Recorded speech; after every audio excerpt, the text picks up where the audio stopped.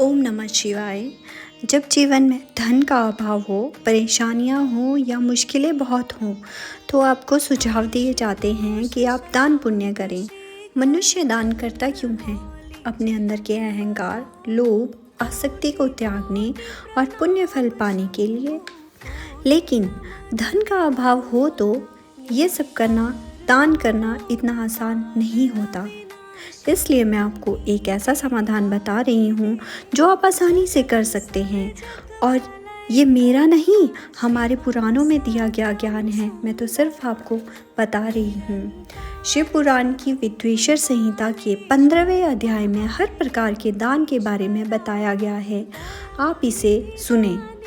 ऋषियों ने कहा, समस्त पदार्थों के ज्ञाताओं में श्रेष्ठ सूत जी हमसे देश, काल और दान का वर्णन करें। तो सूत जी ने दान का वर्णन इस प्रकार किया। गौ, भूमि, तिल, स्वर्ण, घी, वस्त्र, धान्य, गुड़, चांदी, नमक, कोहड़ा और कन्या नामक 12 वस्तुओं का दान करना चाहिए। गौदान से सभी पापों का निवारण होता है और पुण्य कर्मों की पुष्टि होती है। भूमि का दान परलोक में आश्रय देने वाला होता है।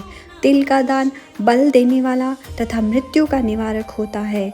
स्वर्ण का दान वीर्यदायक और घी का दान पुष्टिकारक होता है। वस्त्र का दान आयु की वृद्धि कराता है। धान्य का दान करने से अन्न और धन की समृद्धि होती है। गुड़ का दान मधुर भोजन की प्राप्ति कराता है। चांदी के दान से वीर्य की वृद्धि होती है। लवण के दान से शररस भोजन की प्राप्ति होती है। कोहड़ा या कुष्मांड के दान से पुष्टिदायक माना जाता है। कन्या का दान आजीवन भोग देने वाला होता है। जिन वस्तुओं से श्रवण आदि इंद्रियों की तृप्ति होती है, उनका सदा दान करें। वेद और शास्त्र को गुरुमुख से ग्रहण करके कर्मों का फल अवश्य मिलता है। इसे ही उच्च कोटि की आस्तिकता कहते हैं।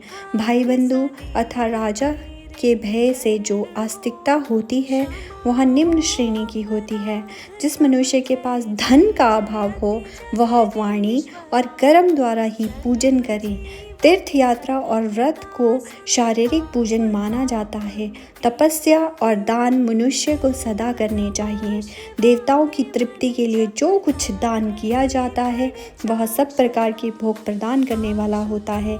इससे इस लोक और परलोक में उत्तम जन्म और सदा सुलभ होने वाला भोग प्राप्त होता है। ईश्वर को सब कुछ समर्पित करने एवं बुद्धि से यज्ञ व दान करने से मोक्ष की प्राप्ति होती है। सूत जी बोले, अपने घर में किया देवयज्ञ शुद्ध गृह के फल को देने वाला होता है। गौशाला का स्थान घर में किए गए देव यज्ञ से 10 गुना, जबकि जलाशय का तट गौशाला से 10 गुना है। एवं जहाँ तुलसी, बेल और पीपल वृक्ष का मूल हो, वह स्थान जलाशय तट से भी 10 गुना महत्व देने वाला है। देवालय उससे भी अधिक महत्व रखता है। देवालय से 10 गुना महत्व रखता है तीर्थ भूमि का तट। उससे भी श्रेष्ठ है नदी का किनारा तथा उसका 10 गुना उत्कृष्ट है तीर्थ नदी का तट। इससे भी अधिक महत्व रखने वाला है सप्त गंगा का तट, जिसमें गंगा, गोदावरी, कावेरी, ताम्रपर्णी, सिंधु, सरयू और रेवा नदियाँ आती हैं। इससे भी 10 गुना अधिक फल समुद्र का तट और उससे भी 10 गुना अधिक फल पर्वत चोटी पर पूजा करने से होता है। और सबसे अधिक महत्व का स्थान वह होता है जहाँ मन रम जाए। सतयुग में यज्ञ, दान आदि से संपूर्ण फलों की प्राप्ति होती है। त्रेता में तिहाई, द्वापर में आधा, कलयुग में इससे भी कम फल प्राप्त होता है। परंतु शुद्ध हृदय से किया गया पूजन फल देने वाला होता है। इससे 10 गुना फल सूर्य संक्रांति के दिन, उससे 10 गुना अधिक फल तुला और मेष की संक्रांति में तथा चंद्र ग्रहण में उससे भी 10 गुना फल मिलता है। सूर्य ग्रहण में उससे भी 10 गुना अधिक फल प्राप्त होता है। महापुरुषों के साथ में वह काल करोड़ों सूर्य ग्रहण के समान पावन है, ऐसा ज्ञानी पुरुष मानते हैं। तपोनिष्ठ योगी और ज्ञाननिष्ठ योगी पूजा के पात्र होते हैं, क्योंकि ये पापों के नाश के कारण होते हैं।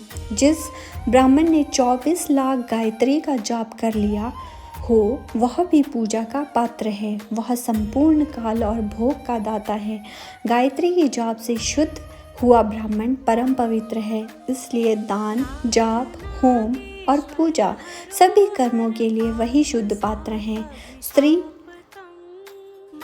या पुरुष जो भी भूखा हो वही अन्नदान का पात्र है। जिसे जिस वस्तु की इच्छा हो उसे वह वस्तु बिना मांगे ही दे दी जाए तो दाता को उस दान का पूरा फल प्राप्त होता है। याचना करने के बाद दिया गया दान आधा ही फल देता है।